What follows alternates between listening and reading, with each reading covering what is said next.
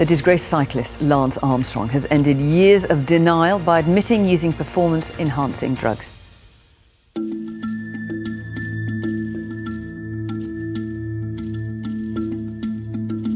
Oprah said, "But will you apologise to David Walsh?" And suddenly I'm just jolted, awake, fully alert, kind of almost like, "Oprah, I can't believe you're bringing me into this."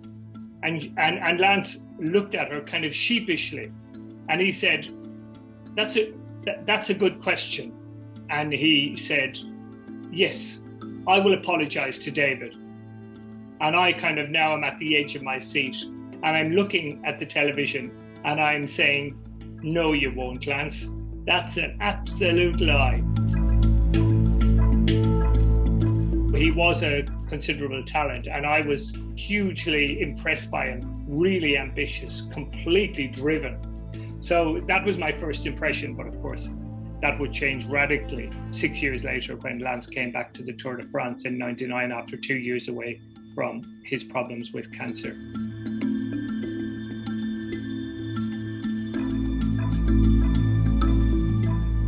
And the reason why it was regarded as the Tour de Farce was because everywhere French customs or French police looked, they found drugs.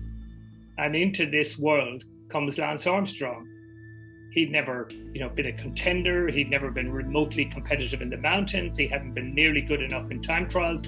But in 1999, he came in and from the first day, he dominated the race.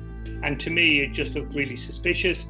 And then when you kind of started to peel the onion, literally your eyes started to water with rage, with sadness, with the sense that nothing has changed.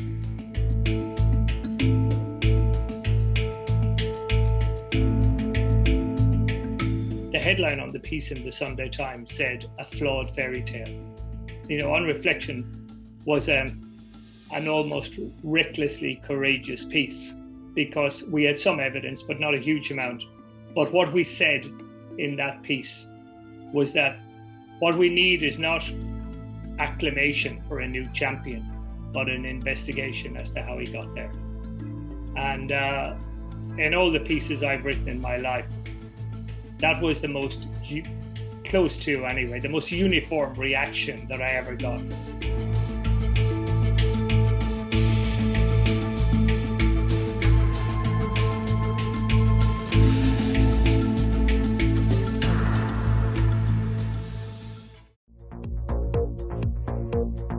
The disgraced American cyclist Lance Armstrong has been stripped of all 7 of his Tour de France titles and banned from cycling for life.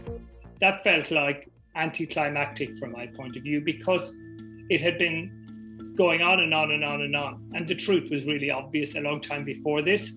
And suddenly the world was discovering it like it was something new. And to us, it was new. This is the bloody oldest story in town. But I am really pleased that the truth came out, because that was something I never saw happening. I think we really did know each other. So when he said he would apologize to me, I absolutely knew that he wouldn't. And of course he didn't, and still hasn't. And to be honest, I would never have expected him to. And it's not something I ever wanted.